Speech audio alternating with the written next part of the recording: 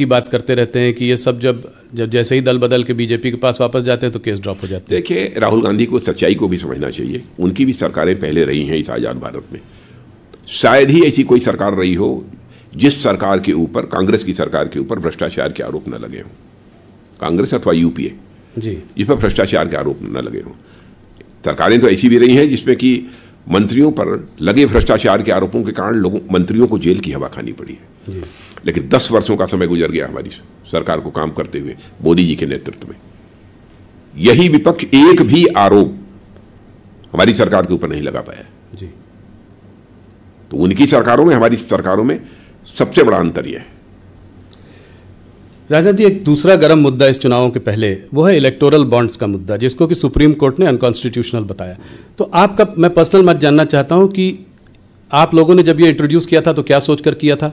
इससे क्या black money जो है वापस सर्कुलेशन में ज़्यादा आएगा, और आने वाले समय पर आप लोगों की सरकार की जब थर्ड टर्म आएगा तो क्या प्रतिक्रिया रहेगी, जिस पर आप एक्शन लेंगे? राहुल जी, यदि कोई किसी पार्टी को चुनाव देता है, इसकी जानकारी भी हो जाती है तो क्या आपत्ति है?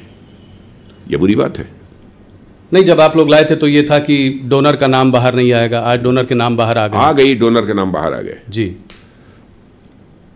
तो नहीं, क्या कैश जनरेशन ज्यादा होगा, अब लोग जो है कैश देंगे। अब देखिए, भविष्य बतलाएगा कि हम लोगों ने जो ये स्कीम लागू की थी, बाढ़ की स्कीम, वो कितनी सही थी, ये समय बतलाएगा। तो आपका पर्सनल मानना क्या है कि इससे ये आपने जब सोचा था तब आप लोगों ने यही कहा था कि इससे ब्लैक मनी जो है, जो ज़्यादा है, वो एक ट्रांसपेरेंट जिस हद तक पॉसिबल है ट्रांसपेरेंट प्रोसेस आपने डालने की कोशिश की थी। यह भी एक हमारी सोच थी जी। और दूसरी चीज़ ये बताइए, मैं आपसे पूछना चाहता हूँ कि कहा जाता है कि इलेक्टोरल बॉन्ड किसका है, किस कंपनी के द्वारा दिया गया है, किस कैपिटलिस्ट के द्वारा दिया गया है, इसकी जानकारी होनी चाहिए। कल तो कोई यह भी कहेगा किसने किस पॉलिटिकल पार्टी को वोट दिया है, इसकी भी जानकारी दी जानी चाहिए। क्या इसे आप स्वीकार करेंगे? कोई भी देश जहां पर हेल्दी डेमोक्रेसी होगी इसको स्वीकार करेगा कि कोई अपना मत किस पॉलिटिकल पार्टी को दे रहा है, किस व्यक्ति को दे रहा है, इसका भी डिस्क्लोजर होना चाहिए।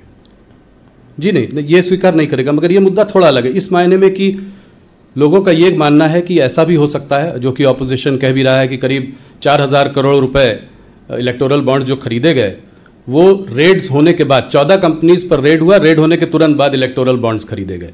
तो ये एक तरीके से, जिसको कि ऑपोजिशन कह रहा है, राहुल गांधी हफ्ता वसूली कह रहा है, कोई कह रहा है चंदा लेने का तरीका है, हालांकि उनको भी मिला। ये मतलब मान लिया यदि हो एक दो, मुझे जानकारी नहीं है लेकिन आप ये कह रहे हैं तो मैं मान लेता हूँ जी। लेकिन क्या ये कर देने के कारण उनके केसेज बंद हो गए?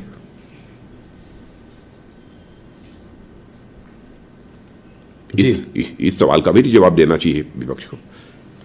तो आप कह रहे हैं कि वो केसेस चलते रहेंगे, उसका कनेक्शन नहीं है? हाँ, बहुत सारे ऐसे मामले होते जिनके ऊपर चार्जेज रहते हैं जी, तरह तरह के चार्जेज रहते हैं, बहुत सारी कंपनीज हैं, लेकिन चुनाव के दौरान वो डोनेट करती हैं। तो जो डोनेट पहले भी किया है जी, जो डोनेट कर रहे हैं, अगर उनके अगेंस्ट केसेस हैं तो ऐसा नहीं है कि वो ड्रॉप होंगे। वो कोई सवाल ही नहीं। हाँ, वो एजेंसी अपना काम करती रहेंगी। पर कनेक्शन है इस पर कि कनेक्शन है कि रेड्स होती हैं, उसके बाद चंदा आता है, उसके बाद इलेक्टोरल बॉन्ड आते हैं, जिसको ऑपरेशन चंदा बोलते हैं। इस दृष्टि से उसे नहीं देखा जाना चाहिए, इसका उससे कोई कनेक्शन नहीं है जी। इससे हटकर दूसरे मुद्दों पे आते हैं। भारतीय जनता पार्टी हरदम कहती है, आप लोग कहते हैं कि आप पार्टी विद द डिफरेंस हैं, आप अलग हैं। जैसा आपने भी कहा, आपकी कृति और कथन में जो है, जो आप कहते हैं वो आप करते हैं, क्रेडिबिलिटी। इसके बावजूद देखा यह जा रहा है कि आपने तमाम नेताओं को दूसरी पार्टी से अपनी पार्टी में शामिल किया है, उनको अट्रैक्ट किया है। कुछ लोगों के ट्रैक रिकॉर्ड भी शायद इतने अच्छे न रहे हों, कुछ परिवारवादी पार्टी भी हैं कुछ स्टेट्स में, जिनको आप उसके हरदम खिलाफ रहे हैं। इसको आप कैसे देखते हैं? ये एक्सोडस जो कांग्रेस से बीजेपी में हो रहा है या अन्य पार्टियों से जो लोग शामिल हो रहे हैं बीजेपी में, इसको आप कैसे देखते हैं? क्या इसमें आपके कार्यकर्ता में भी रोष है? हमारे कार्यकर्ताओं में कोई रोष नहीं है। इसे तो कम से कम स्वीकार करेंगे कि हमारी पार्टी की विश्वसनीयता, हमारी पार्टी की साख ये बड़ी है जी। और स्वाभाविक रूप से दूसरे राजनीतिक पार्टियों के लोग भी हमारी भारतीय जनता पार्टी की सदस्यता स्वीकार करने के लिए उत्सुक हैं। तो इसे तो सचमुच सकारात्मक नजरिए से देखा जाना चाहिए जी। जो पार्टी जीत रही है, जो पार्टी पावर में है, उसको तो हर आदमी ज्वाइन करना चाहता है, मगर आप लोग एक फिल्टर लगाते हैं कि इसको लेंगे, इसको नहीं लेंगे। ऐसा नहीं है। लंबे समय तक हम लोग विपक्ष में काम करते रहे और कांग्रेस लंबे समय तक सत्ता में थी इस देश में जी। लेकिन हम लोगों ने तो नहीं कांग्रेस ज्वाइन किया। इन राजनीतिक पार्टियों को भी इंट्रोस्पेक्ट करना चाहिए जो इस प्रकार के आरोप लगा रही हैं कि ऐसा क्यों हो रहा है। उनको अपना आत्मनिरीक्षण करना चाहिए। केवल आरोप के लिए आरोप नहीं लगाए जाने चाहिए जी, आरोपों के पीछे भी तथ्य होने चाहिए। जी राजन जी, एक और मुद्दा जो कि पिछले 4-5 सालों में रहा है और वो है एक फार्मर एजिटेशन का मुद्दा। पहले आप फार्मर के लिए एक नया कानून लेकर आए, फिर आपने उस कानून को विड्रॉ किया। अभी हाल फिलहाल फिर प्रदर्शन हो रहे हैं, फार्मर एजिटेशन हो रहा है। तो ये बीजेपी जो है फार्मर्स को, किसानों को, और आप तो खैर किसान परिवार से आते हैं, तो अपना जो ये कम्युनिकेशन कुछ गैप हो रहा है कि आप अपनी बात जो है उनके सामने ठीक से रख नहीं पा रहे हैं, वो समझ नहीं। जो फार्मर से संबंधित बिल था जो विड्रॉ करना पड़ा जी, मैंने हम लोगों को भी लगा कि शायद हम उनके हित के लिए ले आए थे जी, ये किसानों के हित में था, लेकिन शायद जिस तरीके से उन्हें कम्युनिकेट किया जाना चाहिए था, जिस तरीके से ये बात उन तक पहुंच जानी चाहिए थी, शायद नहीं पहुंच पाई। जी, क्योंकि बहुत लोगों का मानना है कि बोल्ड रिफॉर्म था। हाँ, बहुत लोगों का मानना है बोल्ड रिफॉर्म था, फार्मर्स के लिए बहुत अच्छा था, मगर उसके बावजूद उसको हटाना पड़ा। और तो वही ना, समझा नहीं पाए। शायद उसके लिए और समय चाहिए था ताकि हम किसानों को समझा पाते, उनके साथ और डायलॉग की जरूरत थी, शायद वो खुद भी समझ जाते। हो सकता है भविष्य में वही किसान ये मांग करें कि जो बिल वापस लिए गए थे उन बिलों को प्रभावी किया जाए। तो आप लोग उनसे इस बारे में बात करने की, उनको समझाने की कोशिश जारी रखेंगे? देखिए, हम लोगों की बात तो बराबर किसानों से होती रहती है। अभी पंजाब के कुछ किसानों ने जो आंदोलन किया था, आपने देखा होगा 3-3 मंत्री हमारे बराबर उनसे संवाद करने के लिए पंजाब में जा रहे थे, बराबर गए जी, और 4-4, 6-6 घंटे तक बातचीत की जी। हम इस देश के किसानों के साथ अपना संवाद नहीं तोड़ना चाहेंगे। तो आपके लिए क्या मैसेज है? किसानों का हित हमारे लिए सर्वोपरि है जी। आपसे सुनना चाहूंगा कि आप क्या कहना चाहते हैं देश के किसानों को?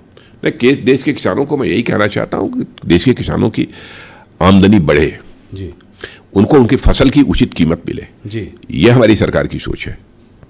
फार्मर इनकम को डबल करने की जो बात करते थे वो वैसे ही चालू है। बिल्कुल, फार्मर इनकम को जो डबल करने का जो हम लोगों का संकल्प है वह काफी हद तक पूरा हुआ है, आगे और पूरा होगा। राजनाथ जी, आप देखते होंगे प्रधानमंत्री किसान सम्मान निधि के अंतर्गत जी जी किसानों को असिस्ट करने के लिए, ताकि अपनी फसल यदि वह कुछ उगाना चाहते हैं अथवा कोई नई फसल डालते हैं तो उसमें बहुत सारी फर्टिलाइजर की ज़रूरत होती है, पानी की ज़रूरत होती है, कीटनाशक दवाओं की ज़रूरत होती है। कहीं ऐसा ना हो कि पैसे के अभाव में यह सब सारे काम वो न कर सकें जी, ये दवाएं, खाद, यह सब न खरीद सके। इसलिए प्रधानमंत्री किसान सम्मान निधि के अंतर्गत 6,000 रुपया प्रतिवर्ष किसानों को हमारे प्रधानमंत्री जी मुहैया भी कराते हैं जी। 370 का बोल्ड टारगेट है आपके सामने। इस बार आप लोगों को बड़ी उम्मीद है कि साउथ इंडिया से जो है वहाँ से आपके पास काफ़ी सीटें आएंगी। तो पिछली बार लगभग 130 सीटों में आपके पास कुछ 29 सीटें थी, उसमें से 25 कर्नाटका से आई थी, 4 तेलंगाना से। इस बार आप इसको कैसे बदलते देख रहे हैं? कहाँ से और सीटें आएंगी?